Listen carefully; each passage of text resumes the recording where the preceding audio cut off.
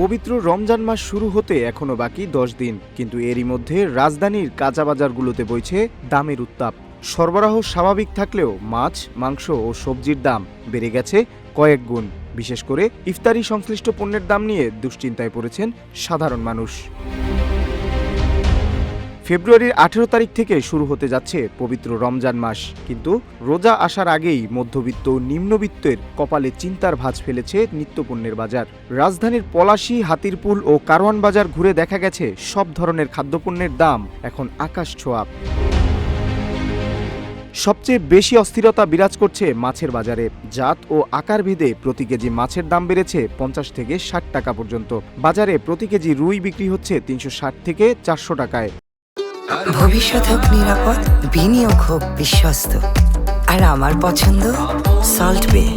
Welcome to salt বে।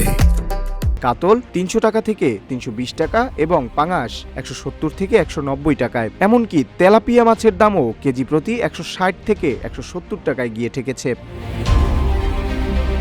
মাছের পাশাপাশি পাল্লা দিয়ে বাড়ছে মাংসের দাম। প্রতি কেজি গরুর মাংস বিক্রি হচ্ছে 780 টাকা থেকে 800 টাকায়। খাসির মাংসের দাম ঠেকেছে 1200 টাকায়। ব্রয়লার মুরগির দামও কেজি প্রতি 170 থেকে 180 টাকায় পৌঁছেছে। বিক্রেতারা বলছেন, শবে বরাতের পর থেকেই দামের এই ঊর্ধ্বগতি শুরু হয়েছে।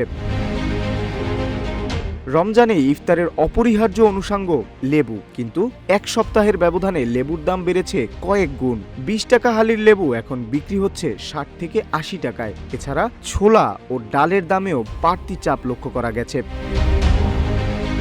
শীতের মৌসুম শেষ হওয়ায় সবজির বাজারও চড়া। ফুলকপি, বাঁধাকপি, লাউ ও বেগুন সহ প্রায় সব ধরনের সবজি এখন 50 থেকে 70 টাকা কেজিতে বিক্রি হচ্ছে। সরবরাহ ভালো থাকলেও বিক্রেতারা রমজানকে পুঁজি করে দাম বাড়াচ্ছেন বলে অভিযোগ ক্রেতাদের।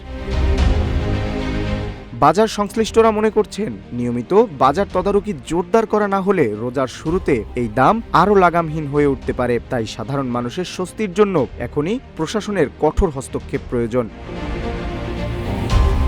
এস এম আমিনুল ইসলাম, রূপালী বাংলাদেশ।